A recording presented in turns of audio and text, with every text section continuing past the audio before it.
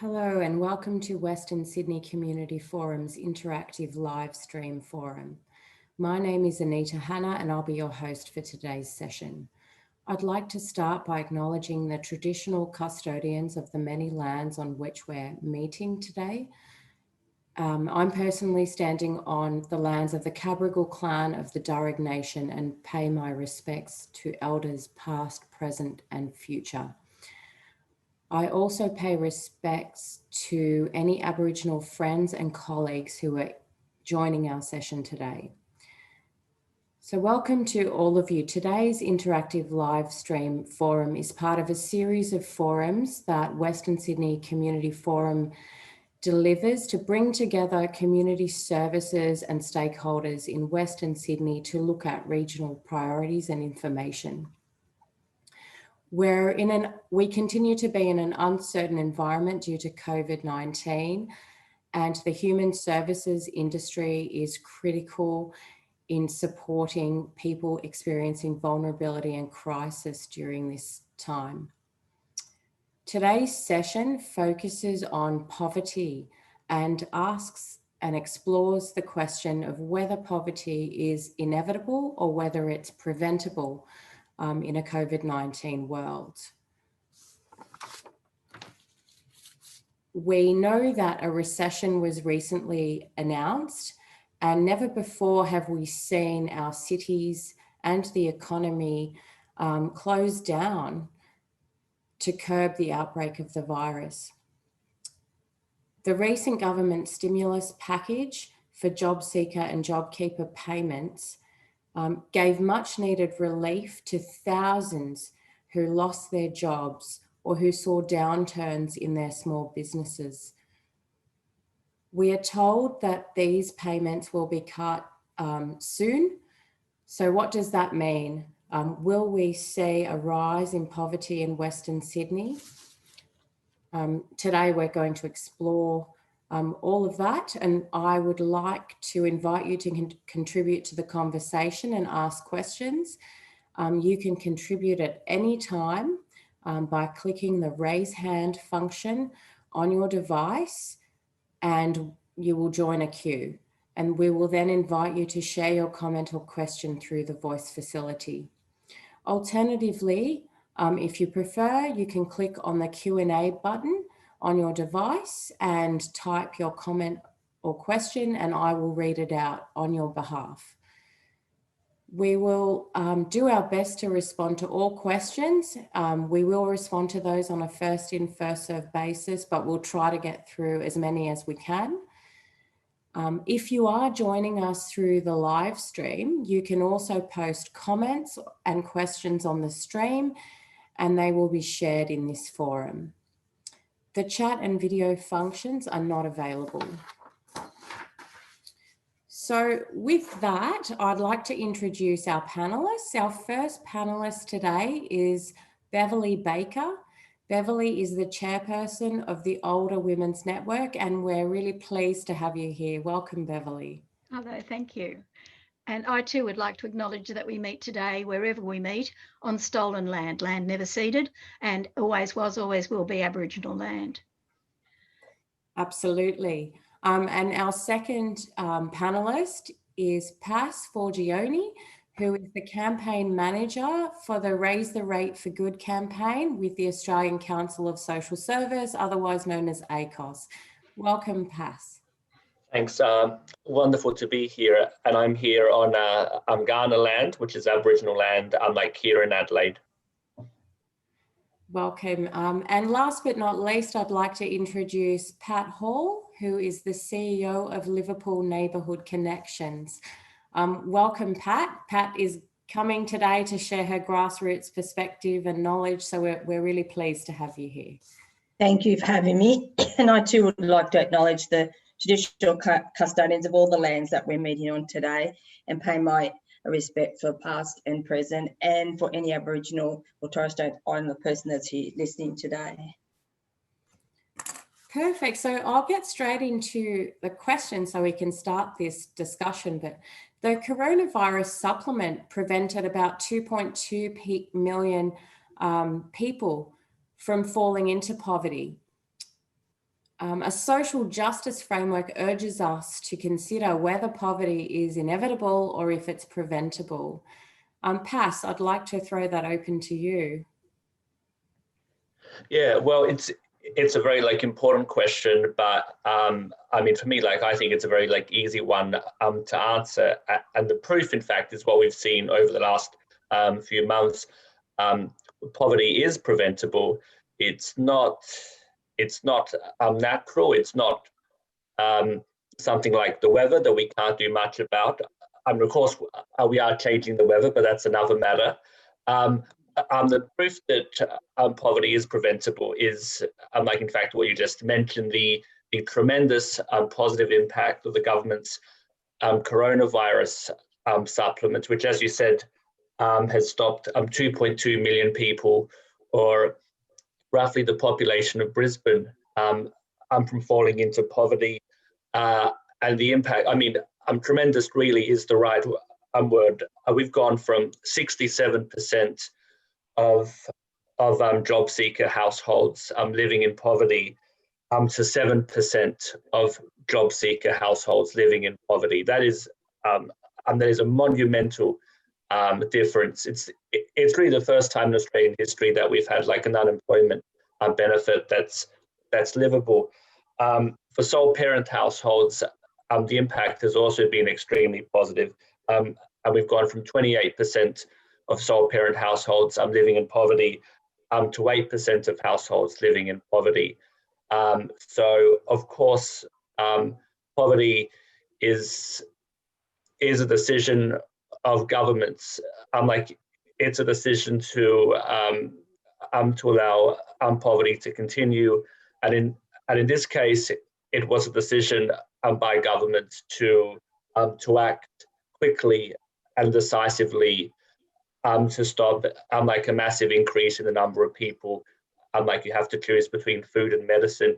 It's also the government's decision, as you mentioned at the outset, that supplements, that extra 550 a fortnight, is due to be cut by 300 a fortnight in just over 2 weeks. And then at the end of the year, currently the supplement is due to be cut by another 250 a fortnight, which will take job seeker back to $40 a day. And that is entirely preventable. It doesn't have to happen. And of course, it's up to us to prevent the government from plunging millions of people who cannot find paid work back into poverty. Wow, I'm a bit speechless. It's really wonderful to see that we are making a difference in terms of reducing poverty in these mechanisms, and definitely you've made a case that we continue this to prevent poverty and to assist. Beverly, I'd like to turn to you to ask you the question, do you think poverty is inevitable or is it preventable? Poverty is preventable. Poverty is a government's decision.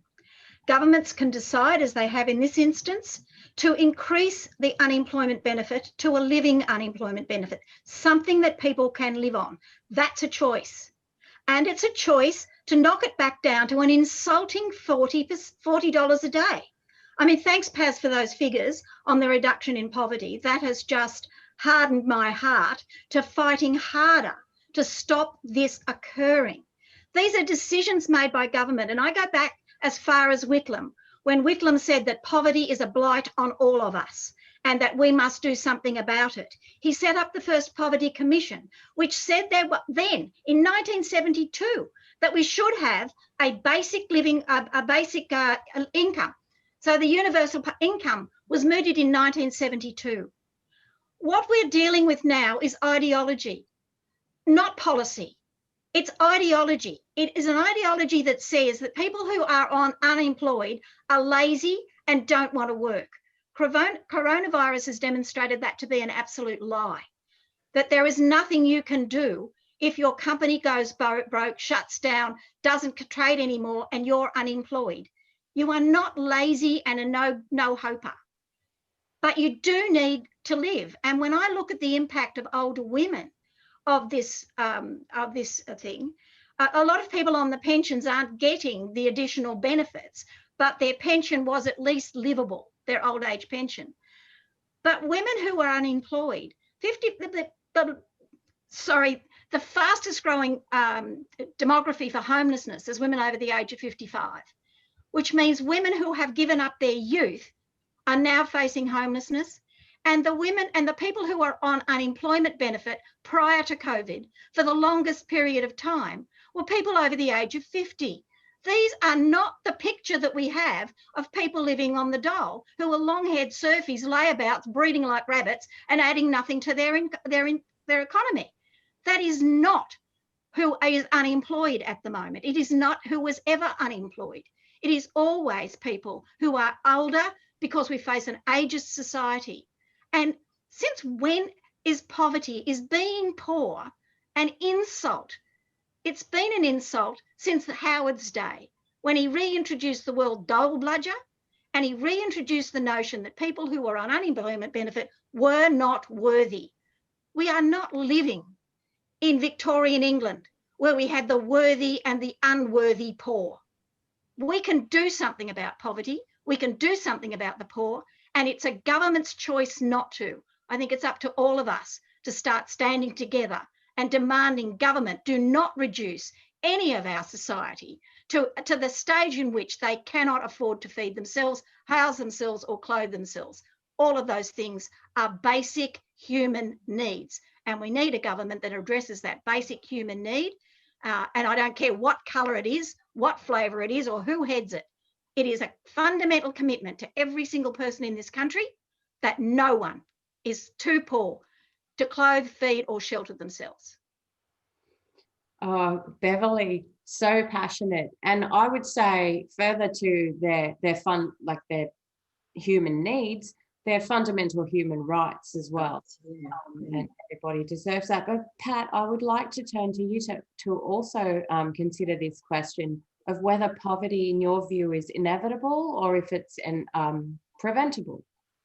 Oh, look, it's not inevitable. All the work I've done out here with people who want to change their lives, and if given an opportunity, they grab that opportunity and they run. The social enterprises we've done are a classic example here. These are all sole parents. I've had sole parent women mowing lawns in my enterprises. They clean toilets, they do anything. And I can tell you, they come to work more than my normal staff do. They never have days off because they know how they feel good about themselves by working. So if we created more schemes like we have now, poverty would not be the issue that it is today. And it is preventable. It's what I've been saying for so long. Let's give them a hand up. And even with this increased job seeker, that's still not enough. They can't pay their rent and live and look after 7 kids, and even with that, it's not sustainable. And this is why we've got people give up trying to get a job, because they feel slapped in the face all the time. They can't look after their children, they can't feed their children. But if they're given a chance, I know from my experience, they take that chance and they run with it. So let's give them more of a chance, and let's advocate for them. And don't have the government coming to me and say, you're only giving that girl 12 hours a week. She's got to leave your job and go back on unemployment because she hasn't got 15 hours a week. That's what they do. That's what these job agencies do to them, and they demoralise them. So it's not, people will work if they're given the opportunity. Oh, absolutely. And I'm just going to stay with you, Pat, for a minute, because we know that many people have lost their jobs, and it's fantastic that you've got the social enterprises that can give people a hand up, and the critical training and income, at least support that they might need. But can we do community services as usual, or do we need to somehow have some new considerations in place as community organisations, both on a practice, basically for you on a practice level, Can we continue with business as usual, given all the losses? Look, so for instance, over this time, you know, my enterprises, especially the cafe, hasn't got very many people coming in. And so we've had to change. You have to be willing to look at different ways of doing things. As food security is a really big issue in Heckenberg in the 2168, I just diverted my people over to Heckenberg because it's so labour intensive. We gave out 45 tonnes of food since COVID began. So I took the social enterprises out of the enterprises and I took them over there because we had JobKeeper, but we are going to lose JobKeeper in September, and that's when you think we've got poverty now. You wait till you get rid of JobKeeper and you cut down the job seeker, you are really going to see poverty then. And because I will probably have to cut my workers' hours because I can't do anything else. You know, I'm lucky this year I managed to secure 70,000 in scholarships for my women. But I think we've got to be all the time changing and thinking outside the box, which I don't think we sometimes do. But I'm not sure if that answered your question or not. Absolutely. So there will be, in your view, new ways of working, new ways of thinking, new ways of supporting communities. Pass, from an advocacy level, do you think we can go on with business as usual in the community sector, or would you have any comments on whether there are some considerations that we need to look at now? Well, we certainly, like earlier on, many of you would have heard the phrase going back to normal, like in reference to post-COVID policy settings for returning to where they were back in March and before things dramatically changed. Well, there are some things that we can't go back to, and there are some kinds of normal that we can never ever return to. Job seeker returning to $40 a day has to be one of those things that we never ever return to. And I think the government knows that the argument is basically over. There's no more debate in this country about whether the old rate was adequate, and that's because of the years and years of advocacy by not just community organisations like the organisations that are joining me today, but in particular by people right across the country on job seeker and youth allowance and other payments who've fearlessly spoken up about how impossible it was to look after their health and look after their finances on the old rate. So we should never ever go back. But the other thing that we can't go back to, and I think it's been referenced in some of the questions and comments, is this mentality where people who are unemployed are under suspicion and treated as guilty and treated as if we cannot trust them, and we constantly have to pressure them and push them and corral them and harass them. We need to move away from that logic. We have to recognize that there are simply not enough jobs to go around. That was true pre-COVID, but it's definitely true now. The latest data from the Department of Jobs and Small Business tells us that there's 13 people on job seeker for every job vacancy. That's in the capital cities. In regional Australia, it's 28 people on job seeker for every job vacancy. So not only can we not go back to job seeker being so low that, to quote one of our volunteers in Adelaide, an older woman on job seeker, she had to ration how often she took her insulin because she couldn't afford to take her insulin at the regular number of intervals. Not only can we not go back to that, but we shouldn't go back to a system where unemployed people are treated as if they don't want to look for work, but they do want to look for work.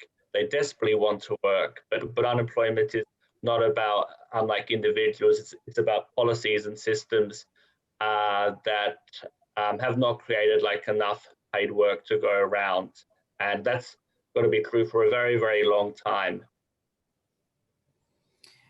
Thank you, Pass. Some really powerful stuff in what you said. It's quite despicable that people can't afford their, to meet their health and well-being needs, let alone find a job. Beverly, we have a lot of questions through the Q&A and also whatever, but I would like to just turn to you before we wrap up this question, which is, can we continue with business as usual, like from your perspective, or are there some new considerations? Look, I keep hearing the term snapback. I got news for you. The back's broken. You can't snap back to anything. It was a disaster to start with. It'll be a bigger disaster now. I'm looking at women over the age of 50 who are standing in dole queues, who are applying for what? Supposedly 40 jobs a month or 20 jobs a month they've got to apply for, and they are not allowed to use their volunteer hours to work as a volunteer for someone to offset that work for the dole nonsense. I mean, really and truly, if you want to get us out of this, go back and have a look what happened in the Great Depression.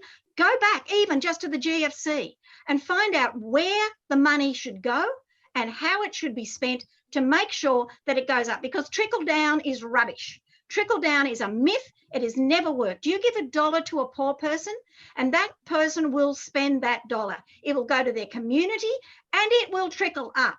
But you give $1 to a rich person and they will stick it in an overseas bank account and will not pay tax on it. We cannot go back to the whole idea that you can somehow give money to the wealthy and it will trickle down. It's not happening. It has never happened. And I think that the whole idea, we've just got to throw this economic rationalism that has never died out on its ear and go back to scratch and start thinking about how we can better distribute the wealth of this country. Australia has got richer and richer over the last 10 years, and all of that wealth has gone to the top 1%. So the millionaires have got to become billionaires, and women working in part-time jobs have lost their penalty rates. So the cost to the economy is from the poor. We've just had a government give to Murdoch a paid service, a pay-for-service, $30 million to dig them out of a hole. Yet we've had 30,000 people die waiting for their care packages because they've been on care packages and they have not been provided. These choices simply cannot be allowed to continue, and government must be held accountable for them, because we can't go back. Going back is just too painful. Going back is too destructive. Going back costs people lives. And we don't live in a society where we think lives don't matter. We believe that every life counts, every life is valuable, and every life has something to contribute. And I think that if we and our leaders profess these religious beliefs, yet when it comes to practicalities, it's people who don't profess religious beliefs who are actually out there delivering the outcomes that the religious beliefs say they should be doing. So we cannot go back. It is too dangerous to go back. And it's too dangerous for older women for us to go back. So no. Thanks, Beverly. We have a heap of questions. People are really engaging with this discussion. And yes, it's impacted, and we know it impacts older women particularly, but also young people. Oh, yeah. It's just, really critical that we get it right with poverty. We don't want any Australian to live in poverty. But I might just read out, I had someone with their hand up, but they probably couldn't wait anymore. But I might read out a question from Rosemary Mackenzie Ferguson. Rosemary says, employment requires state borders to reopen and remove the barriers that prevents the unemployed from accepting jobs that they would normally have been able to be, that would normally have been able to have taken.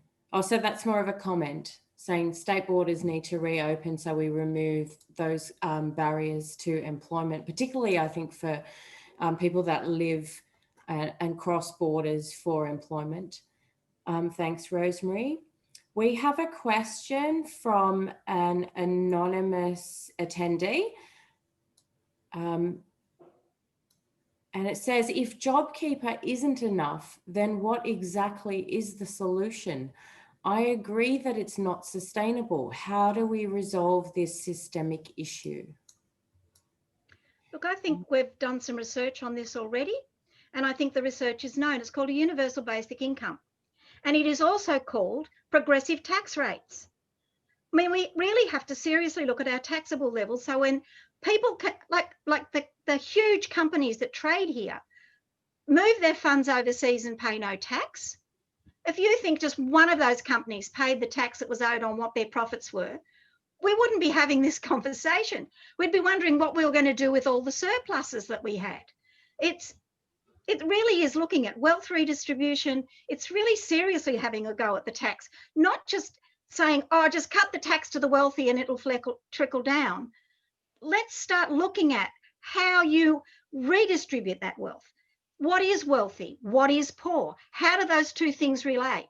How are we, when I started work, my CEO earned 4 times what I earned. In my middle years, my CEO earned 40 times what I earned. Were I to work for a corporation today, my CEO would be earning 400 times what I earned. Are we seeing a pattern here? I think we have to start getting serious about where and who is not pulling their weight. And it is certainly not the people living in poverty. Pat, did you have anything to say on whether JobKeeper? Well, how do we resolve that?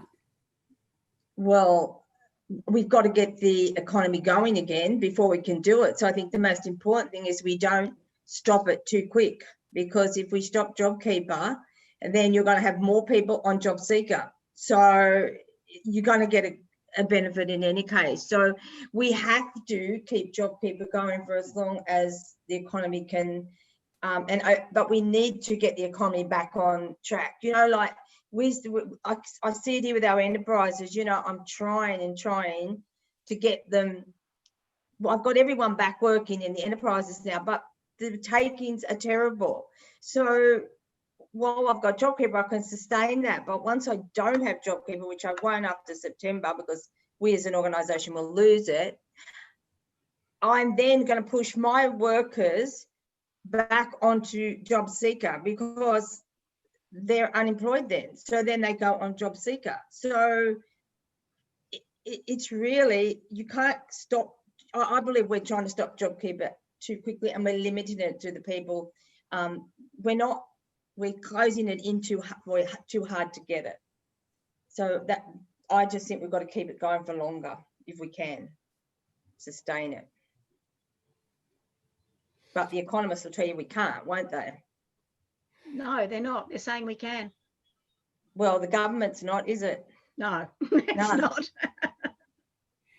Pat, would you like to add to this question? Yeah, I mean, it's clear that the crisis that we're in will last for much longer than the government originally predicted, years rather than months, and that's always the case with recessions. It takes many years for unemployment levels to return to pre-recession levels, and this is of course more than just unlike any ordinary recession. This is a very severe economic crash that none of us have experienced in our lifetimes.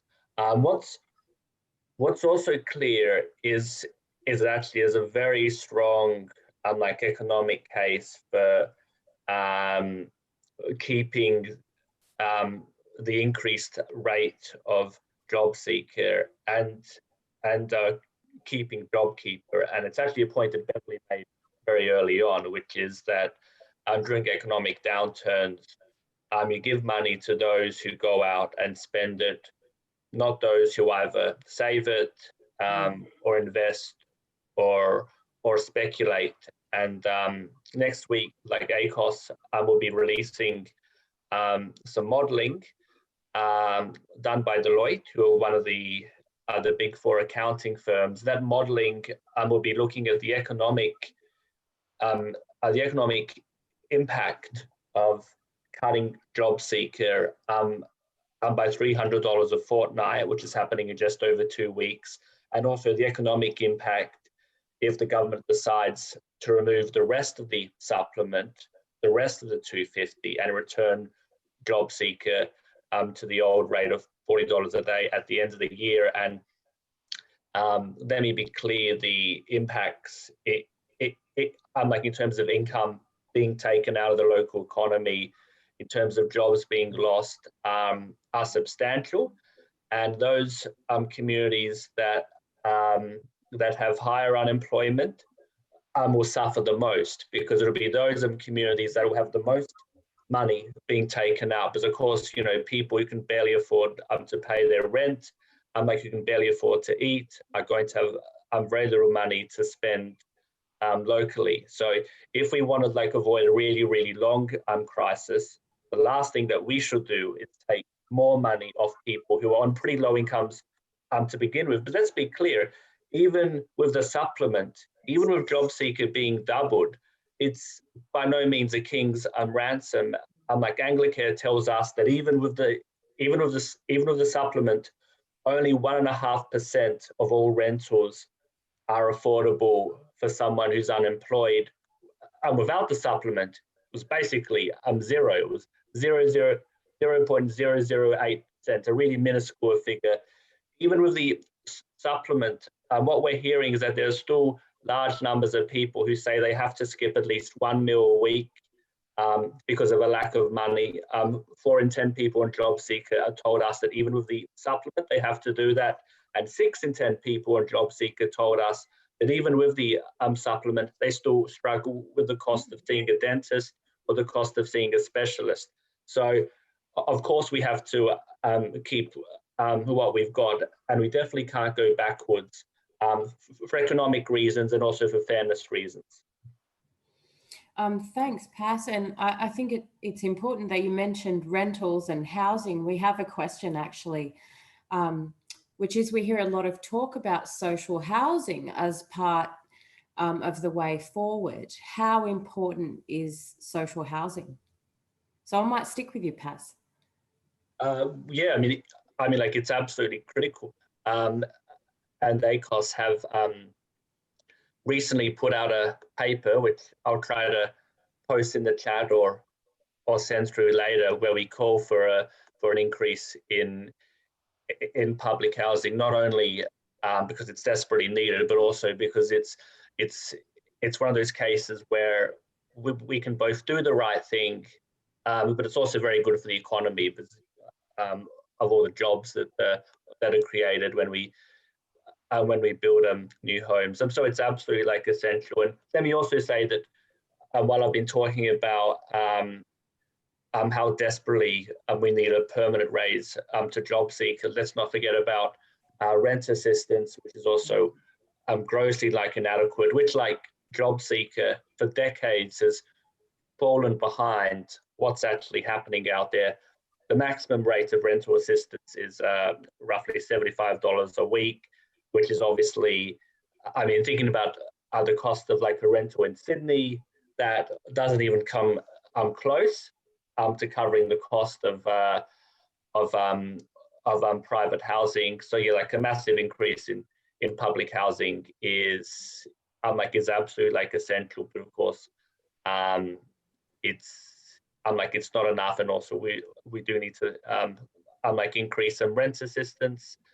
And what we probably also need to look at, like a bit outside my area, is like ensuring that we have a fair system for the tenants, where we have longer and more secure leases, and people aren't in a situation where they constantly have to move from house to house to house.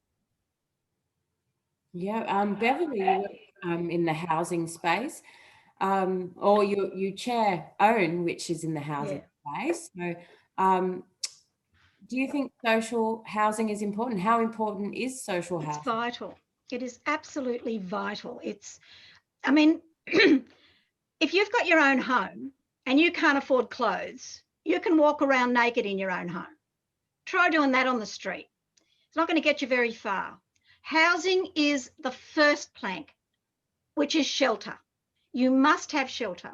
And we have watched the housing stock diminish and be deliberately diminished, and then came up with something like affordable housing, which people then get benefits to build their multi-storey units and then rent them out at market rent. There's no policing of it, whether or not it's reasonably priced or people can access it. And when you've got people, when you've got the data that says the fastest growing demography for people facing homelessness are women over the age of 55, surely there's alarm bells going off somewhere. I mean, they can't get work. Where are they going to live? And we've had women come to us seeking help, and we've rung all the agencies trying to get them accommodation, and finally having to say to them, you're basically going to have to go home, or you're going to have to live in your car, because there's nothing else. And that in this country is absolutely appalling. We are the richest country in the world. Why can't we afford to build these houses that are desperately needed? We had a government launch, I can't even think of the slogan it was, for renovations to your mansion at $150,000 or something. For goodness sake, pour that into community housing. That will make a huge difference, a massive difference. And it'll make a massive difference to the communities in which those houses are. Because if people aren't spending all of their money on rent, they're spending it in that community and paying for things, which makes the whole thing go round. But housing is essential. I've got 80-year-old women who can't get houses. We're told that it's not even considered to be an emergency accommodation for a woman, irrespective of what she's got going on in the background, unless she's 80 years old. 80. So if I was to lose my house now, and thank goodness I'm not going to, but if I were and I was seeking accommodation, I would be told I have to wait 10 years before I would be considered for emergency accommodation. That's simply not good enough. It's not good enough. And we just can't keep treating people as if they're disposable, if their lives don't matter, if they haven't contributed anything. And these people have contributed all of their lives. They've raised their families. They've looked after their parents. They've looked after their partners. They have worked part-time. They have served on school councils and school canteens and sewed uniforms and helped out in scouts and guides and soccer clubs and kept the entire society turning over. And now they're told, well, bad luck. You know, no.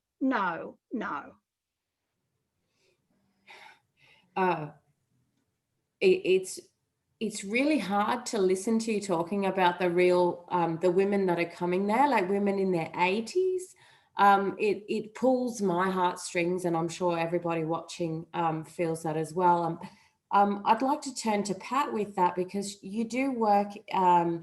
Liverpool Neighbourhood Connections is based in an area with a high concentration of social housing. And how important do you think social housing is?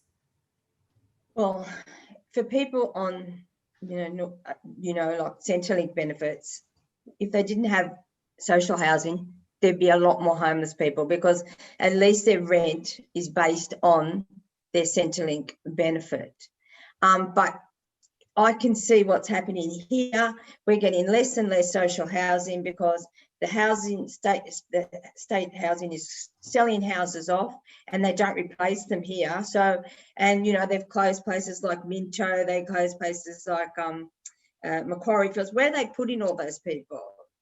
They move them from their community and what they know, and then they move them out to different places. And I personally, I've had homeless women here, and I couldn't even get onto the accommodation line to get them a house. We need more social housing, and we need it because that's the basic right to have shelter over our head. And we have to, that has to be something that we really advocate to the government for, because they're cutting it, they're not increasing it, because I can't get people to get a house. I've had intellectually disabled people on the streets and not been able to get them a home, and then get told that they're not classed as an emergency housing. And I sat here till 11 o'clock one night because I couldn't get a housing for an intellectually disabled woman who was being beaten by her husband. And so I stayed with her here. I ended up, they finally gave me a house at 11, a motel room at 11 o'clock in the night. So we are in deep trouble there, and we need to advocate to the government to open up more social housing, not close it down. Look, it comes down to ideology as well. I mean, I'm old enough, I mean, dinosaurs and I shared the planet, to remember when community housing, social housing, housing commission housing was not welfare housing. It was for people who needed shelter, and you were offered an opportunity, because I grew up in the western suburbs. I grew up in Yennora, and at the top half of our street was service loans, and the bottom half of our street was housing commission. Now, those houses were offered for sale to the people who were in them. So as they got themselves settled, it wasn't just for people who were unemployed or who were ill. It was a genuine community building exercise. And what happened in that street is that people at the end of the street in the housing commission homes bought their house, and brought with the fact that those payments were enough for them to afford, that they brought with the fact that it was their own home, that it was something that belonged to them, and they worked in it and kept their gardens beautiful and took pride in that environment. And because you're out in the western suburbs, you know what I'm talking about. Mm-hmm. These things were absolutely vital for community building. And now we're told that they don't matter, but they do matter. Those things, it was a deliberate decision of the Greiner government, that's how old I am, to go back to saying we're not going to provide houses that people can afford to live, people who can afford to pay rent can live in. We're not going to build any new stock. And that was the biggest mistake they've ever made, because by building the stock and offering people the opportunity to buy that stock, gave income, freed up money to build more stock, which then continued that cycle going around. And we've really got to start seriously looking at that now. There's something like 150,000 people plus homeless, looking for homes, looking for shelter. That's a huge infrastructure build that will pull us out of a recession faster than anything that you can see. That will pull us out. You'll build the assets, so you're not throwing money away against a wall. You're building jobs. You're building capacity, you're building talent, you're building TAFE, you're building your education system, you're building. And those things are what will make a difference for pulling us out of this at the end of it. At the moment, we've got no idea what's going on. We don't know what supports are being ripped away. We don't know what red tape is being ripped up. And red tape usually means protections. We don't know what is going, and we won't know what's gone until we can stop and look around and see what damage is done. There's thousands of ways in which building houses for people who can't afford their own home on market rent will control that out of control investment portfolio get rich quick scheme that some people are tapping into, and create an environment in which people have their homes and then can start building and rebuilding their lives and making a valid and worthy and really empowering contribution to their societies. Can I say now, with COVID, we don't have a lot of homeless people around here now, because DCJS is working really hard with them, taking them off the streets, putting them into hotel rooms. So if we can do it now, why can't we expand that and do it when we're not in this crisis? Like where they're showing now that you can give a person a home. And like you said, a person feels better about themselves.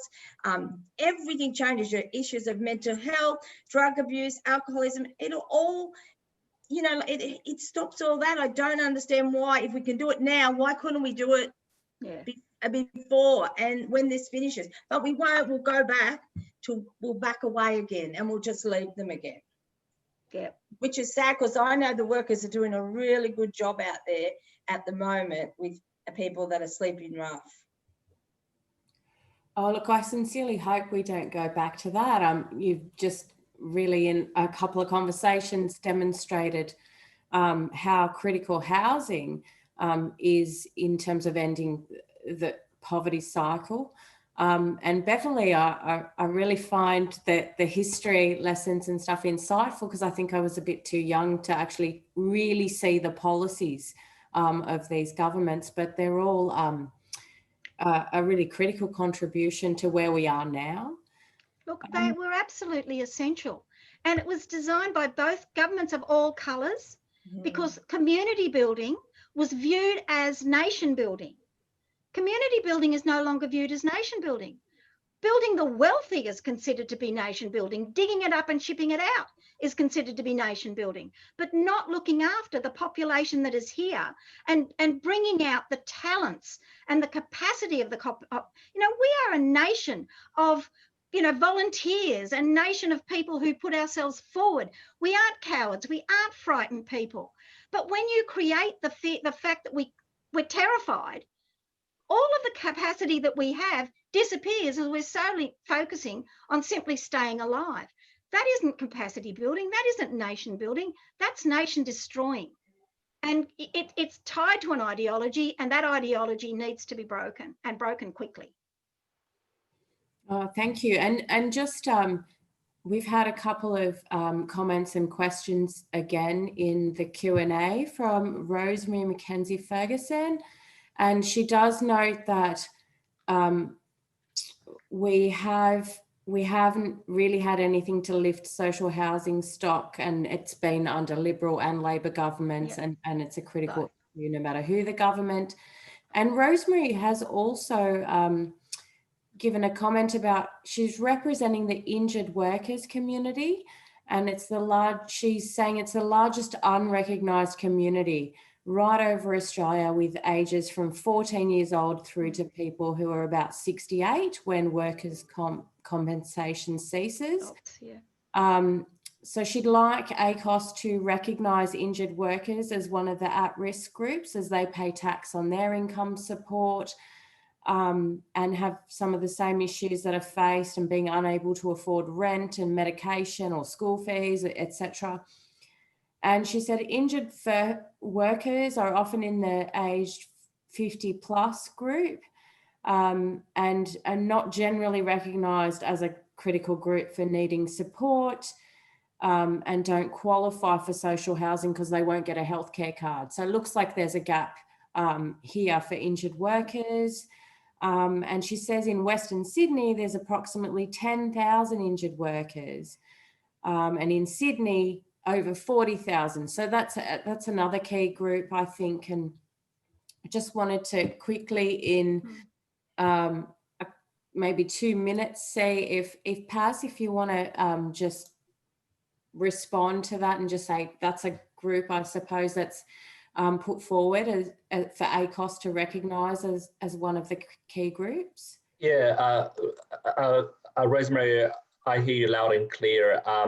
And please do get in touch with me. You can get my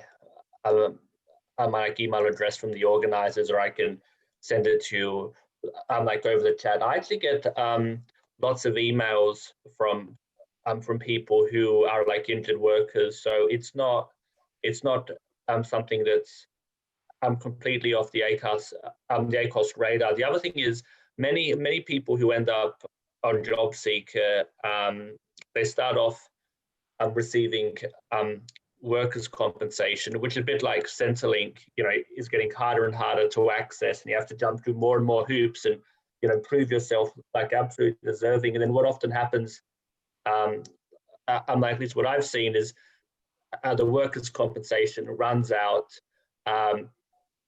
People's health issues are serious, but not serious enough to qualify for the disability pension, because it's become almost impossible to get the disability pension. So I see lots of people who injured themselves at work, got compensation, and then eventually end up on JobSeeker. So I'd love to chat some more. Please do get in touch, Rosemary, because I think I'd be really keen to hear your insights on this. Rosemary, I'd like to get in touch with Sharon we can just connect you and Pass to work on some of these issues. Just very quickly, Pat or Beverly, would you like to say anything about the injured workers and some of the gaps there? Look, I think that all the changes have been to the benefit of the companies that run the business, not the businesses where the person's been injured at, but run the insurance companies to turn their profits up and keep those up, rather than looking at how we can best do it. That started off with privatisation when it became a business and the profit motive came into it, rather than actually having a look at the needs of those people who are injured. I have a daughter who was hideously injured in a farming accident. Luckily for her, it did not impact on her capacity to work and earn a living. It could have, but it didn't. And she was told she had 12 months basically on compensation, and then the compensation would run out. That was putting huge stress on a young woman who had 3 little kids, to be told that she couldn't work because of the accident, but told that her compensation wouldn't continue.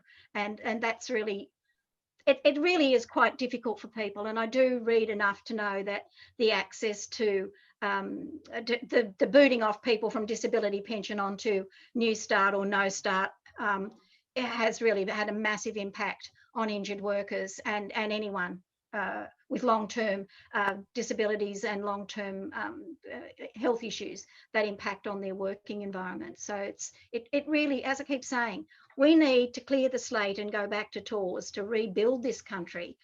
We've got an opportunity to do it now. Why don't we do it? Why are we still fiddling around with the edges? Why don't we go and say, what kind of country do we want? What do we want for our people? And how do we deliver that fairly to everyone? So I think this is the opportunity and we're wasting it. Pat, did you want to add anything? No, I agree with what Beverly's saying. You know, I don't have a lot of that, you know, clientele, you know, so I can't really make much comment about that, but I certainly agree with what Beverly and Pass are saying. So, yeah.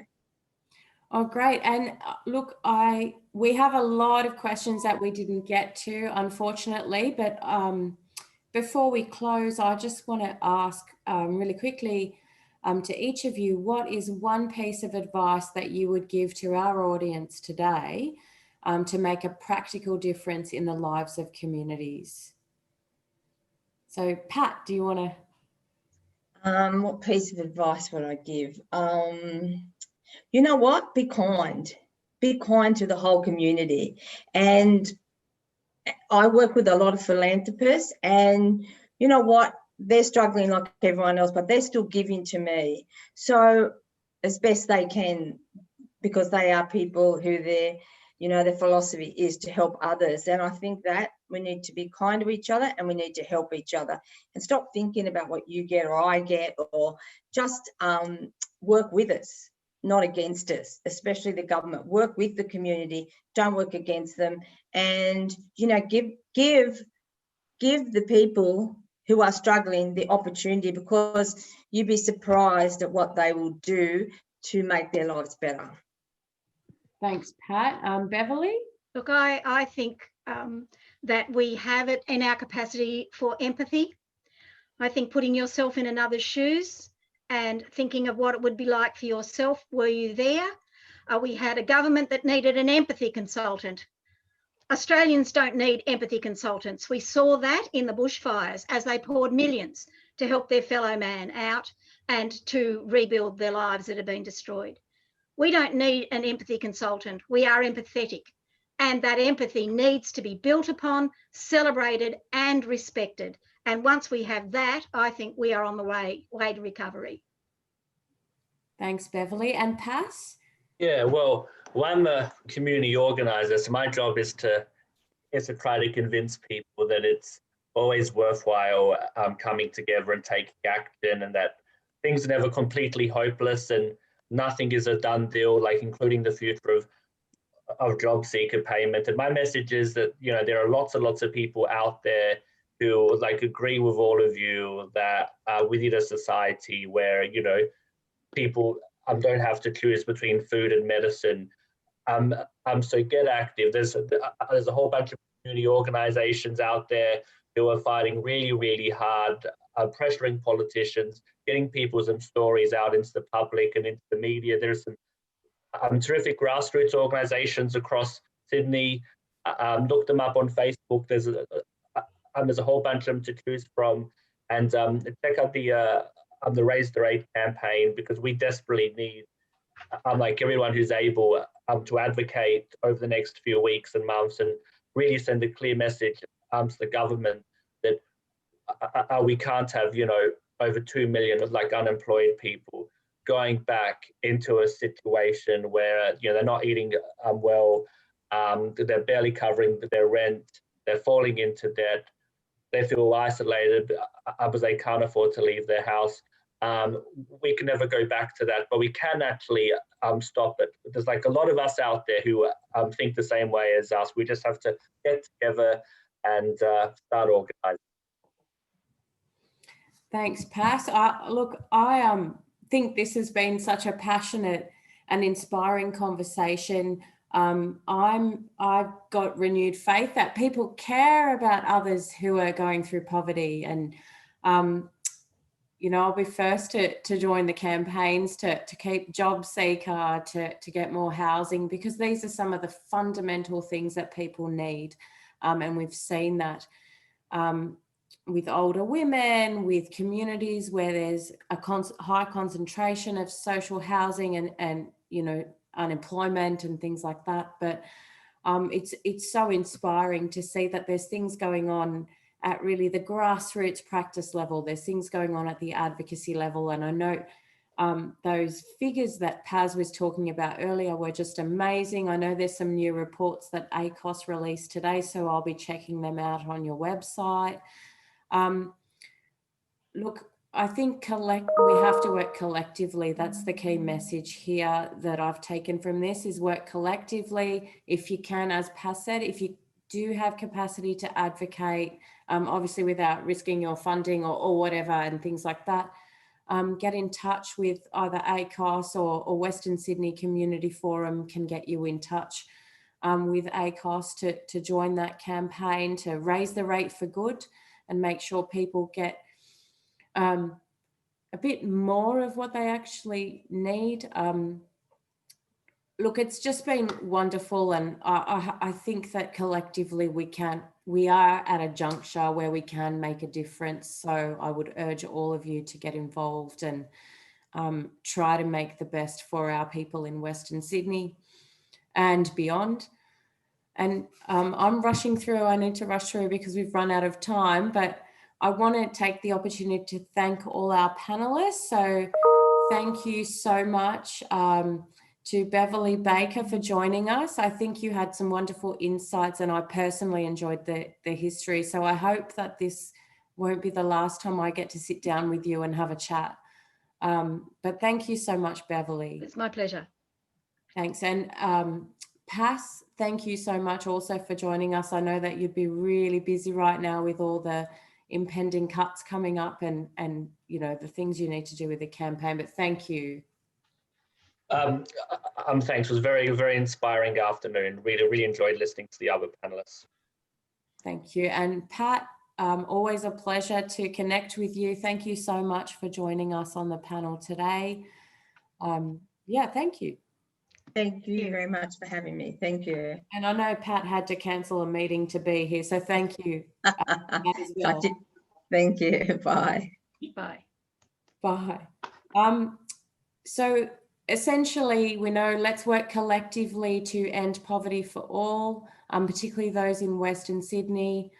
And I just want to remind you that Western Sydney Community Forum has a range of COVID-19 services to support the community sector during this time.